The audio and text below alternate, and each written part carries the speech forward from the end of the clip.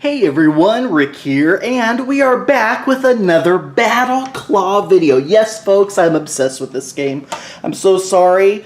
In fact, I have just become enthralled with the idea of how BattleClaw works. Check out my other BattleClaw videos to take a closer peek at some of the mechanics of the game, but this video is all about opening up some of these BattleClaw booster packs. Yes, that's right.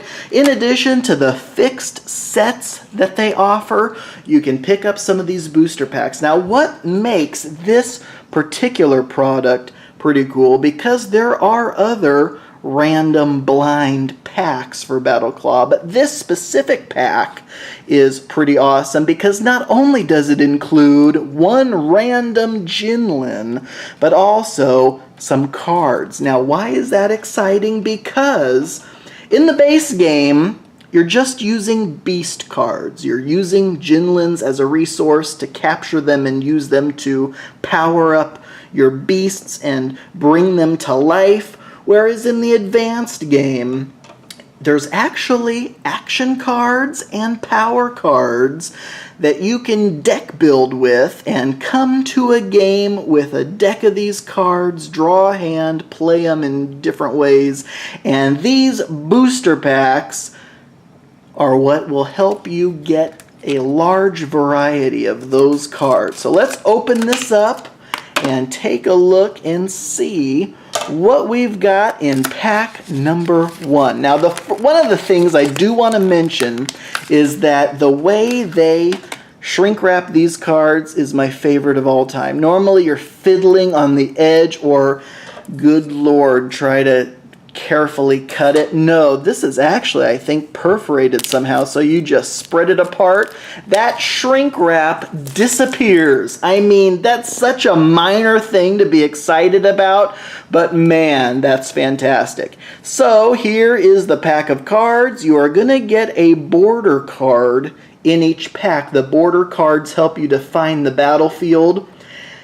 Can I just divert attention from this pack for one moment to just mention to Mattel, if you're watching, what I would love to see is an arena of some kind, an official BattleClaw arena that you can purchase to slide your claws and capture your Jinlins. I would love to see some kind of toy, some kind of elaborate plastic arena for BattleClaw. But until then, these boundary cards will work fine. So what do we got? Yes, in BattleClaw there are rarities. In the upper left of the card is going to be the symbol, and it's going to either be bronze, silver, or gold. Bronze are common, silvers are uncommon, golds are rare. So the first card we got is a Saber Crest Dragon. If you've seen my other videos, you may be familiar with that. It comes in the starter pack. It is a common. We now have Opportunities Abound. You'll notice this is not a beast card, folks. This is one of the other kinds of cards, specifically an action card. So the way these work is you'll read the green text. That's exactly when you use the card. So in this case, Opportunities Abound, you play this card before you slide your claw out to grab Jinlins. If you grab a metal element Jinlin, you get to shoot again. How awesome would that be? But if you then, on your second shot, grab a water Jinlin, you get to draw a card. Really cool combinations. These action cards are not used in the base game, but as you can see in the advanced game with beasts, adding in these action cards, it's fantastic. We have the OctoConstrictor up next.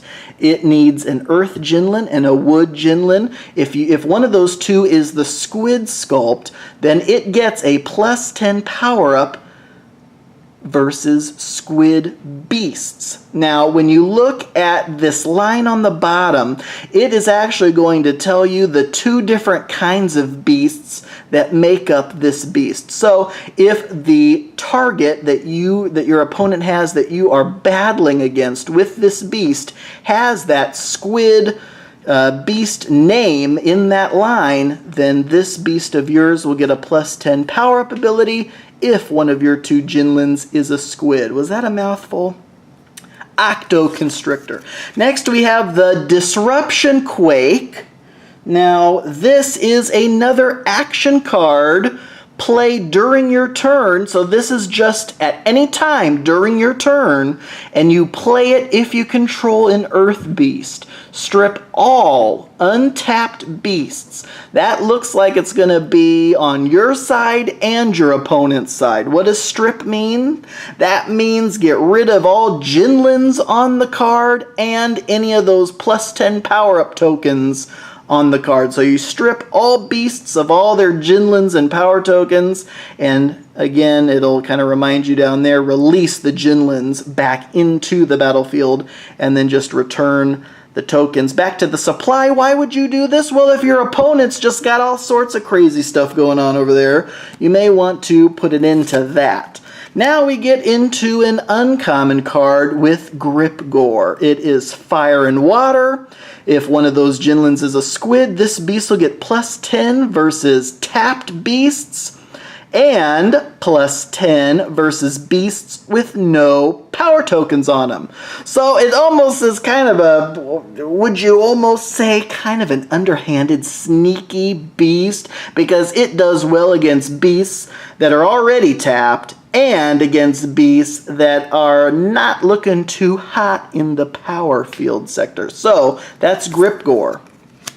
Next we have Poisonous Puncture. This is an action card. Play before you grab. If what you grab this turn is a scorpion, your opponent must discard 2 cards from their hand at random. So that could potentially be pretty devastating. And finally, the rare, we have Time Stutter. It is an action card. Play when you attack. If your attacking beast is perfect, take another turn after this one. That is pretty powerful. Basically back-to-back turns. And one of the fantastic things, can I just say this about BattleClaw? If you're not sure what perfect, the keyword perfect, meant in that context, it tells you right there. A beast is perfect if its Jinlins exactly match both the Jinlin pair and primary and secondary elements. So if your Jinlins match the colors and the sculpt on the card, that is, actually, you know what? I think it might, that's a good question. I believe it means this down here, the pair. So if you have a red squid and a blue rhino, I may have to double check to see if the squid has to be red and the rhino has to be blue. That could be, but you may be able to mix that up. I'll have to take a look at that. But for now, that is a very powerful card, don't you think? That's really powerful. Now, that, folks, was just the cards. That's right. In addition to all the cards, folks, there's still a Jinlin in here. Let's take a look and see which one came in this pack. And this is fantastic, because in the starter set, if you saw that video of mine, you'll notice that a white metal element Jinlin was not represented. So here we go. This is a white metal Rhino sculpt. And of course, with these, you do get 1 extra +10 power-up token. So that's fantastic. But there is the metal Rhino ready to power up some of these beasts. Take it to the battlefield, Mattel, please. Please come out with some kind of arena. You know, they have those Beyblade arenas. There's all sorts of crazy plastic arenas for different spinning top games and yo-yos. BattleClaw needs an arena. This is actually the 2-player battle pack insert. But how cool is this? I couldn't just throw this away. I figured that would be the perfect place to do some unboxings. So from me to you folks, check out BattleClaw. I'm hyped about it.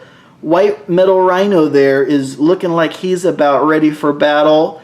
Thank you all so much for watching as always, and until next time.